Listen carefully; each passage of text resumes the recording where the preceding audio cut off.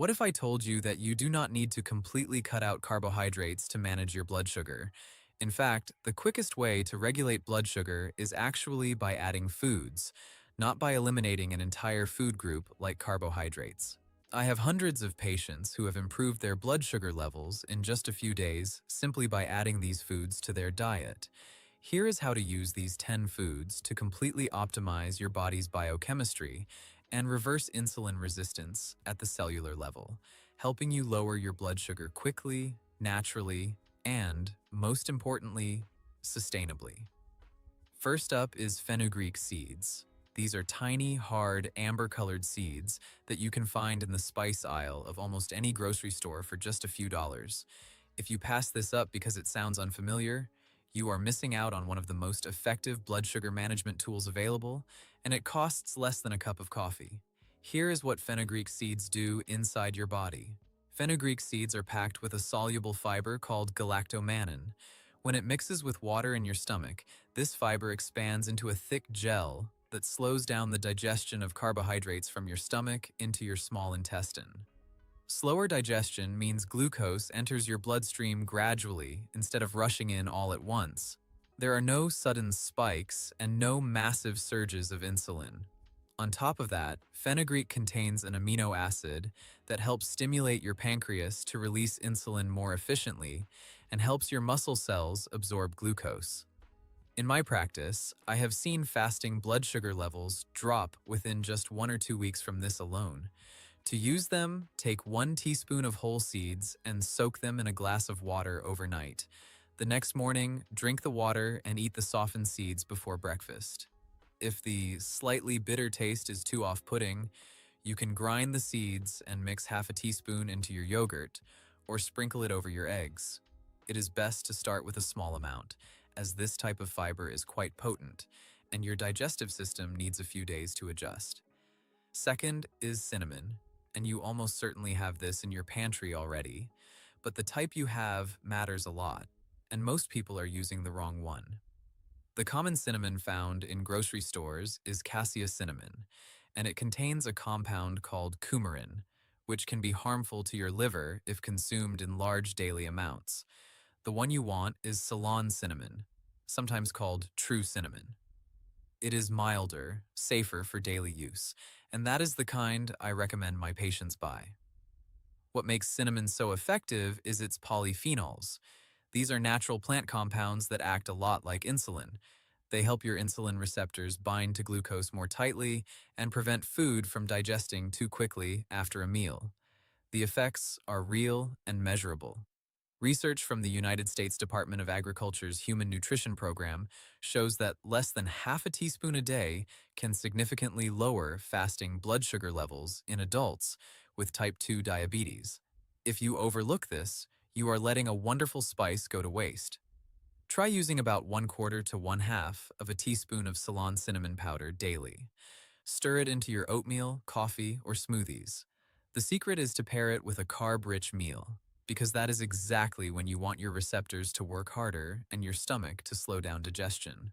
Third is broccoli sprouts, and I urge you to pay close attention because this is the most underutilized food in this entire video.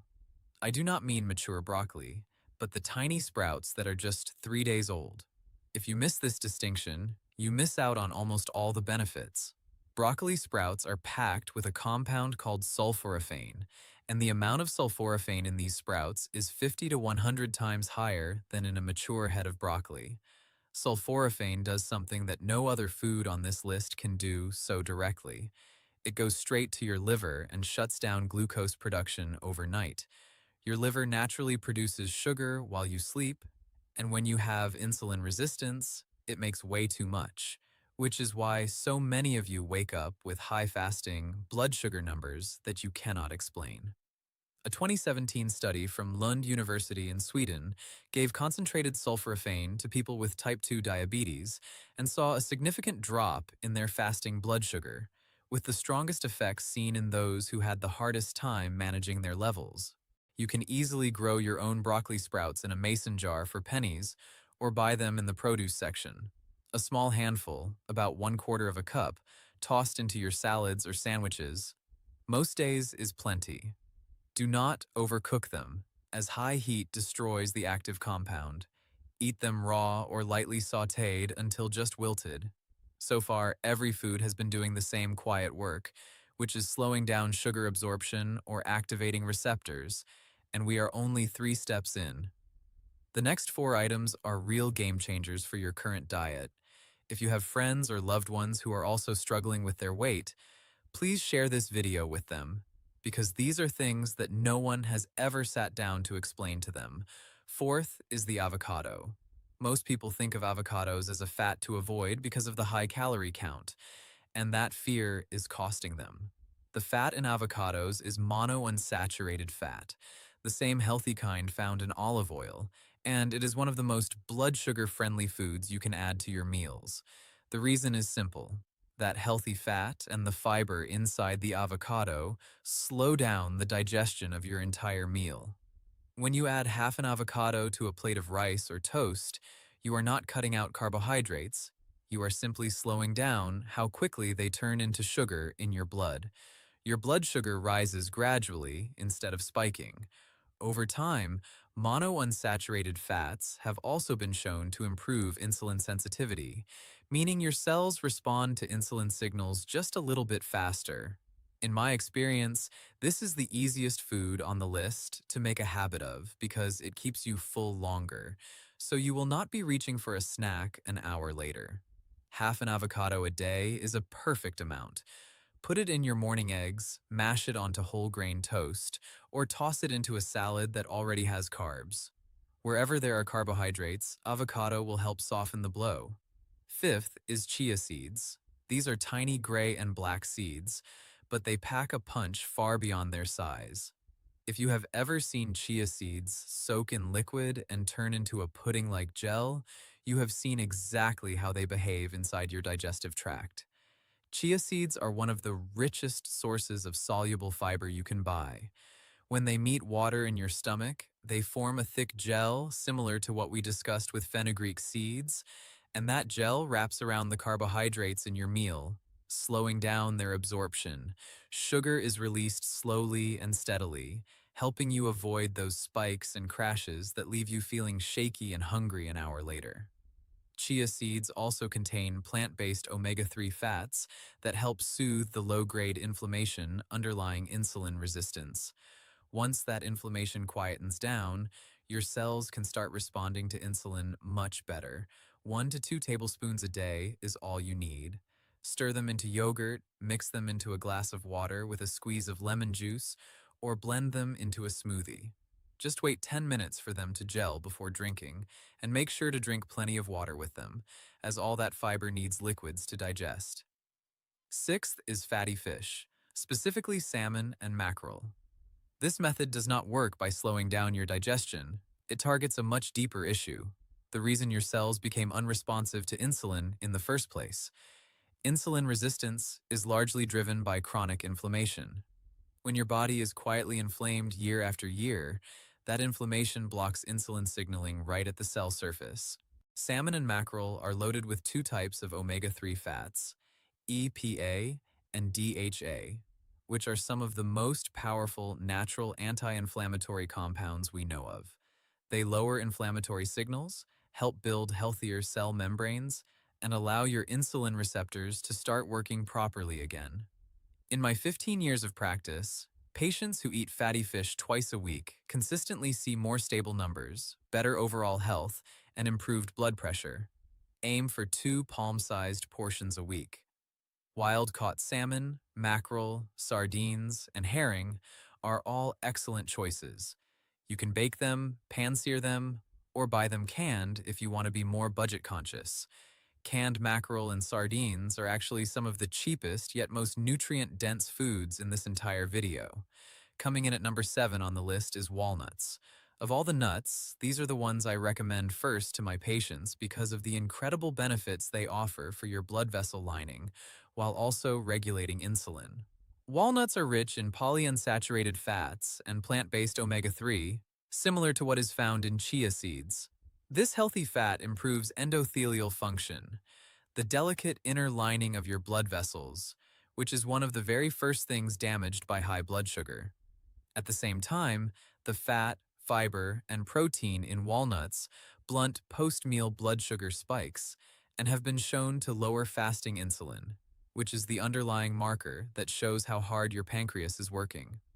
Grab a handful of walnuts as a snack instead of crackers or pastries, and you will turn a blood sugar roller coaster into a flat, steady line. A small handful is about 1/4 cup or 7 to 10 whole walnuts. Stick to raw or dry roasted walnuts, not the ones coated in sugar or honey. Use them as a replacement for processed snacks, not in addition to them. Number 8 is eggs, whole eggs, including the yolk.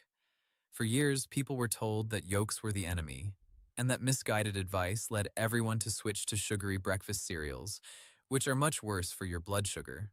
Let me be clear, a whole egg is almost entirely protein and fat, with virtually no carbohydrates, meaning that eating eggs alone has almost no impact on your blood sugar levels.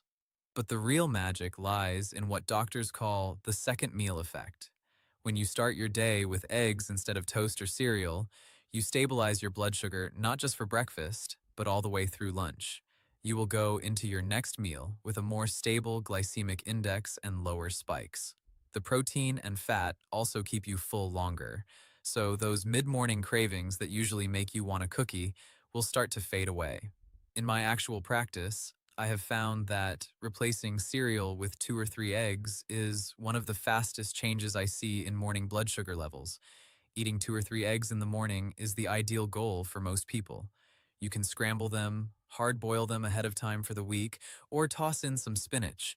Top it with some prepped avocado, and you have a nearly perfect breakfast for your blood sugar. Number 9 is apple cider vinegar. And this is the item on this list that shows the fastest noticeable results on a glucose monitor. If you have a glucose monitor at home, you can see it work tonight. The active ingredient is acetic acid. It does two things at once. It slows down food digestion in your stomach, helping the carbohydrates in your meal absorb slowly into your bloodstream, and it helps your muscles absorb glucose from your blood to use as fuel. The research on this is very compelling. Research led by Dr. Carol Johnston at Arizona State University shows that a tablespoon of vinegar before a starchy meal reduces the post-meal blood sugar spike by about 20% in people with insulin resistance. That is an effectiveness comparable to medication from something that costs only a few dollars a bottle. Take 1 tablespoon, and this is very important, dilute it in a full glass of water 10 to 15 minutes before a starchy meal. Always dilute it and never drink it straight, as the acid in vinegar is harmful to your tooth enamel and throat.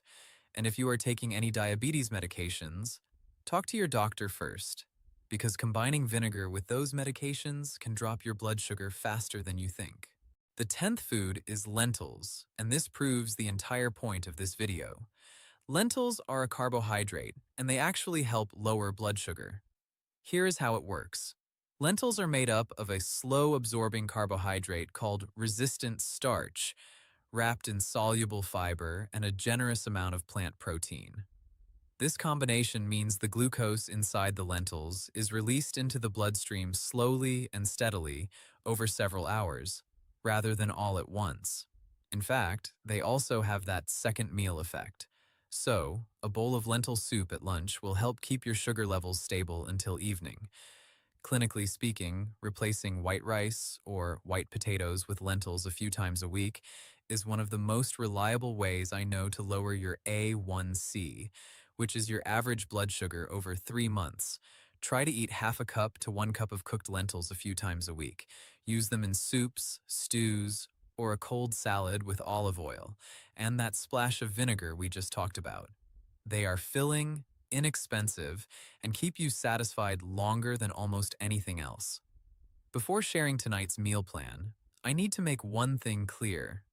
If you are taking insulin or sulfonylureas, which are older blood sugar lowering medications, these foods can lower your blood sugar so quickly that your medication dose might suddenly become too high, and that can cause your blood sugar to drop too low. So, add these foods to your diet under your doctor's supervision and let them gradually lower your dosage as your health improves. Do not stop taking any medication on your own. Take this list to your next medical appointment. So, here's what to do tonight. 5 simple steps. First, tomorrow morning, replace your cereal or toast with 2 or 3 eggs and half an avocado. Just that one small change can affect your blood sugar levels all day long. Second, tonight, soak 1 teaspoon of fenugreek seeds in a glass of water and drink it as soon as you wake up in the morning. Third, buy Ceylon cinnamon, not cassia cinnamon, and start using 1/4 of a teaspoon daily in your coffee or oatmeal. Fourth, before your starchiest meal tomorrow, drink 1 tablespoon of apple cider vinegar mixed in a full glass of water 15 minutes beforehand. Fifth, replace white rice or white potatoes with lentils at least twice, and add fatty fish to your menu on 2 nights. Gradually ease into this over the next 2 weeks. You are not cutting out the foods you love. You are just adding healthy ones. Everything we have done today helps lower your blood sugar throughout the day and after meals. But so many of you have told me the exact same strange thing, which is that your highest blood sugar reading of the day is actually early in the morning, before you have eaten a single bite. In our next video, we will discuss how to use amlodipine, losartan, or lisinopril to manage blood pressure. And I will see you there.